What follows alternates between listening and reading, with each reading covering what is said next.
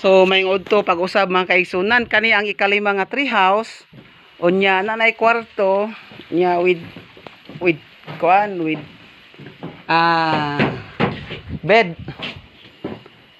bed tapos mao ni siya tapos ikalima ni nga tree house unya diri mga kaigsunan pre-covid healthy and tapos anti-hypertension anti-hypertension din mga kaigsunan. So fresh air and then mao gyapon nakita nato ang Kidapawan, Makilala, municipality of Makilala, and then municipality of Kidapawan, and then municipality of Magpit. Kani siya bukid ni siya sa Magpit. Tapos dito dapita sa kilid na dito ang provincial capital Amas.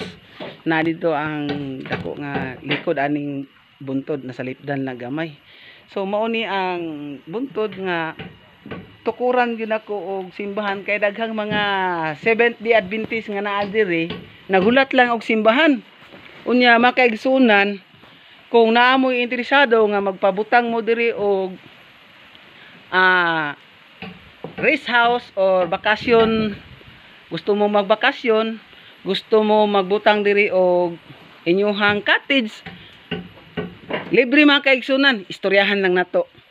Libre ni siya. Kay naapoy mga abtik kay mga dato diri tribal leaders na diri. 17 ka buok tribal leaders di mga kaigsunan. Pwede ni siya og naapo niya siya 70 ka buok nga mga bahani nga registered sa gobyerno. Og mo gitawag nila sundalo sa kabukiran. Nga ang peace in order di mga kaigsunan. Grabe.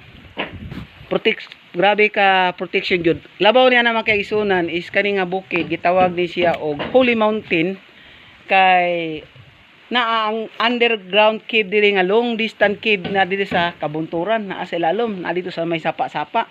So di lang nako ma-picture out ang sapa kay estimated nako mga kaigsunan naa sa 1,000 to 1,000 ang kalayoon gikan sa sapa paingon diri. Or mga estimated lang nako mga kaigsunan. Estimated lang nato. So pinakataas na buntod mga kaigsunan. So nadiri ang red cedar nga kahoy nga very expensive yapon. O katong agar o katong uban pa nga mga rare nga trees nga naa diri. So mao ni ang gipanday nila kay para daw ni siya sa kuan. Subo lang kay mga kaigsunan kay ang sin nila kanang nag-star na ang tumoy.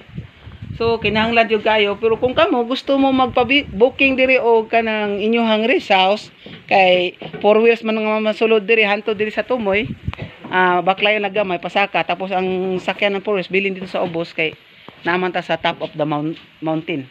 So kung magpa-booking mo diri gusto mo kuan muhatag og donation kay para sa inyong rest house ay libre diri mga kaigsunan istoryahan na nato na sabutan lang nato na kay kasabag karon donation lang amo ang ginapangita dili miya nang gusto nga palit kay kani siya open sa mga taong gusto mamuyo diri og makaluti nga libre istoryahan lang nato mga kaigsunan.